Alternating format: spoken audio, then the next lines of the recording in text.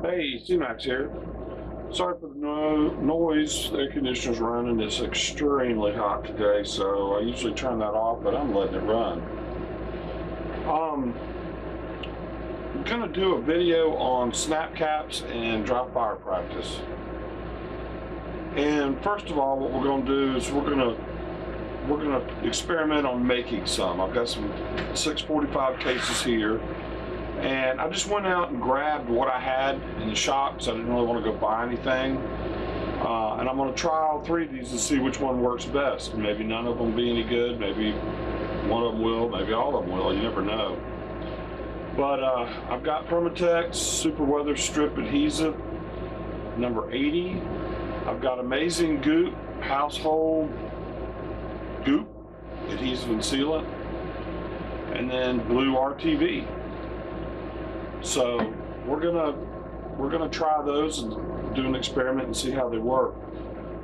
On the 6 cases here, let's see. It's not in the shot. There we are. These are just 6 cases that I've deprimed. Actually been through the tumbler, but I want to clean out the primer pockets on them. So a couple ways we can do that. I thought I would do it with liquid wrench. We can start out with just a reamer and see what that'll do. So let's do that real quick. What's going on? Looks like that's getting most of it out, like it should.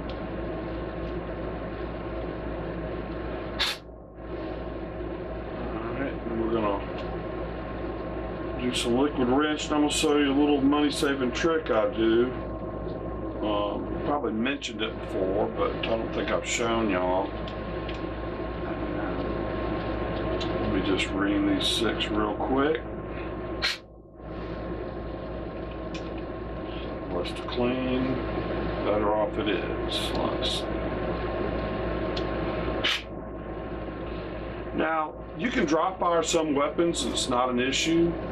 Some older weapons, I wouldn't recommend it. So, if you're not sure, you're uncomfortable dry firing without a snap cap, then by all means, you make one, use one. Now, if you go out and buy them, they're super expensive. I mean, ridiculously so, especially for some of them that are just crap. We'll get into the different kinds that you can buy, but first we're going to start with trying to make some. I've got an old can of liquid wrench here. It's got a little bit of product in it, but the propellant's gone. So what I'm going to do is cut a hole in it with I've got a nail punch. This is a drop finishing nail home, so it's good and strong. And in the dome here, I'm going to just tap a hole in it. Easier said than done. So you may have to get something a little bit sharper. There we go. And then do one on the other side for a vent.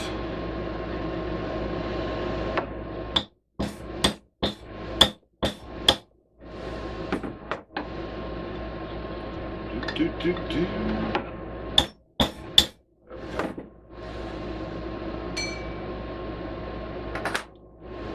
Now,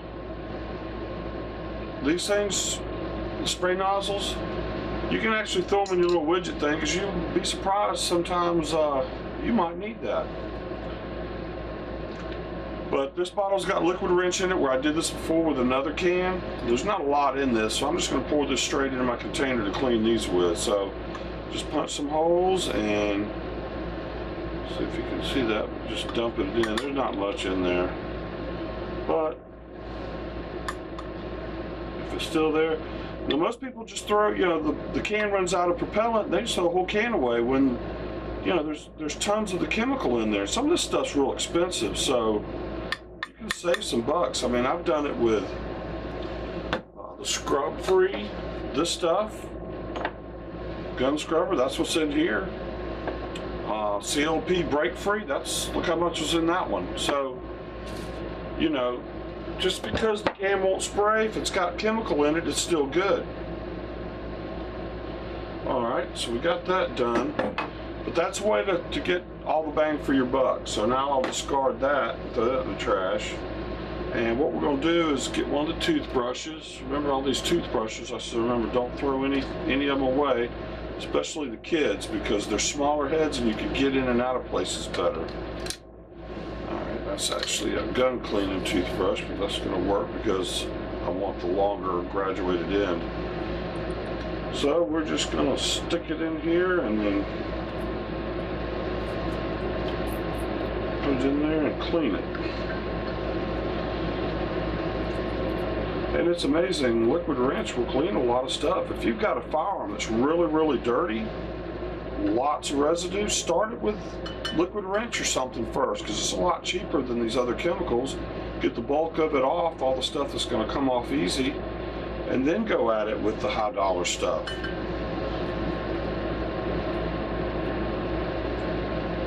Yeah, it's kind of a messy job, but it's going to be worth it.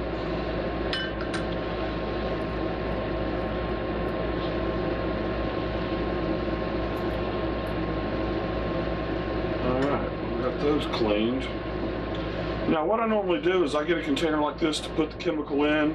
You don't ever want to stick your brushes, the dirty brushes, down inside your container of whatever kind of chemical you have, because it'll contaminate it and ruin it. So I'll use, there's several types of things. Basically this is an old medicine dropper from one of my kids' prescriptions I had, and so I'll just suck some out and squirt it in here and go that route. But since we had the empty can, I did it that way. Now, it's going to take these things a little while to dry up, so I'm going to take that time to talk about snap caps. Now, the ones that you go and buy are very expensive, especially like the 22s. Now, this one is for 22, and let's see if I can lay it here and get some magnification on it.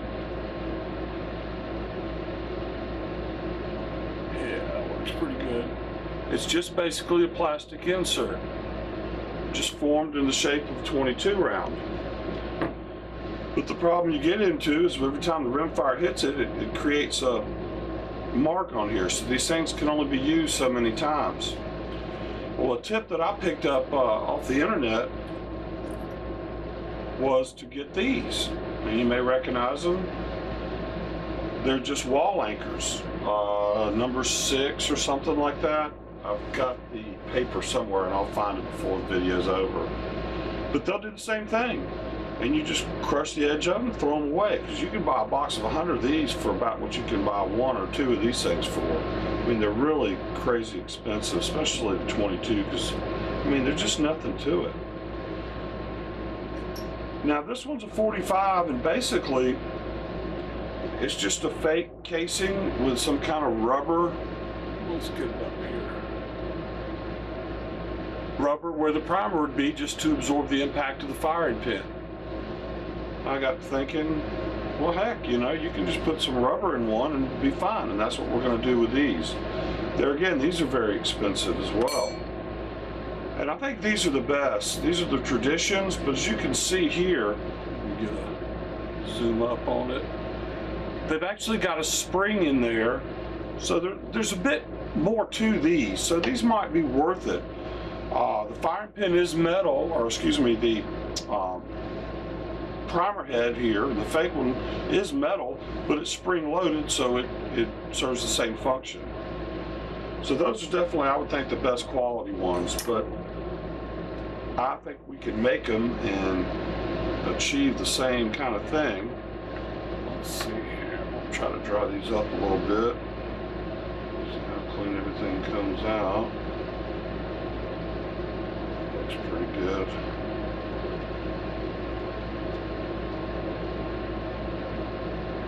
Q-tips, good thing to use, help clean guns. As long as the heads just don't just come apart. On the cheap ones, they do. I mean, they're just gonna come apart on you. Like these white ones are real cheap. But as long as they don't leave any fibers and get in your way, you're okay. Let's get this all done here.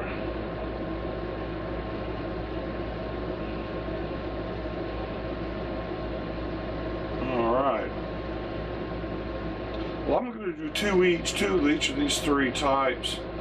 And you know, you may have, like I said, you can also, I believe you can use hot glue, the glue gun. That would be an option, or any other kind of sealant and stuff, as long as it remains somewhat rubbery after it hardens. All right, these things need to kind of dry and evaporate because I don't want to put this in on top of it. So I'm going to pause the video right now. We'll come back and pick up here and go ahead and fill them up, and then we'll see how they do after they harden. So we'll be back as soon as they dry.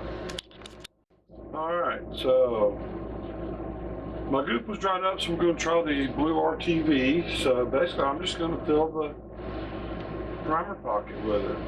Let's see.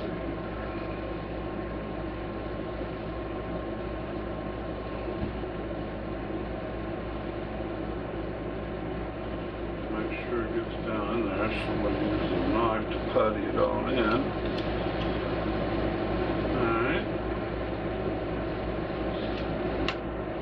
Set that over here. Now I haven't done this before, so there may be a couple little tricks to it that I'm not aware of, but we're going to figure it out. If anybody has any, please pass them along for everybody. I mean, we're here to figure this stuff out. I don't know everything. I don't pretend to know everything. I'm just wanting to try to save money, have fun, pass some info along, and alright, that's 2. Now let's try we'll do 3 and 3 since that's what I got. Oh yeah, this is what we in the automotive industry call gorilla snot. We'll see how that does.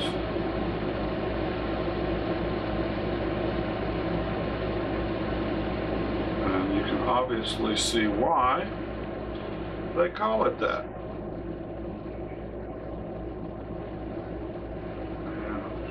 Force it down into the cavity. We'll use the knife blade. Probably needs a little bit more. If I have to trim it off, I'd rather have too much than not enough.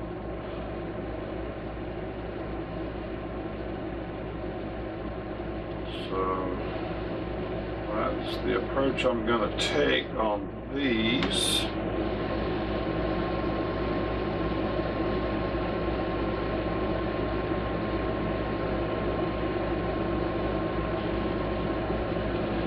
I'll look to trim them or what have you. We'll do 3 and 3 since my goop's not working.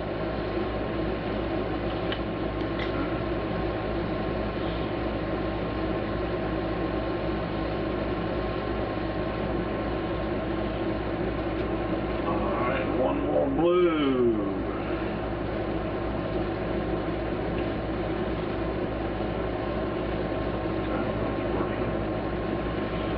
Cool. Alright.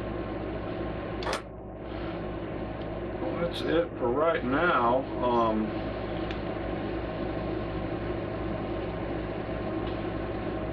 We're going to put these in a container. We can figure out exactly what we want to do. Now, I don't know how long it's going to take these things to dry. It may take them overnight. So that's it for right now. We'll see how this turns out. Probably going to be tomorrow. I'm not going to mess with them until then. See you later. We'll be back. Okay, we're back. I let the stuff set up about a week just to make sure that the consistency I wanted would be there. And the winner by far is the blue RTV. Hands down, just did the best. The gorilla snot just didn't seem to want us to bond to the brass. It was weak, and so I just plucked it right out, so I didn't like it. And the goop was dried out, so for what I had to test with the blue RTV won. Now, I wanted to show this one, as you can see, has a bunch of extra on it.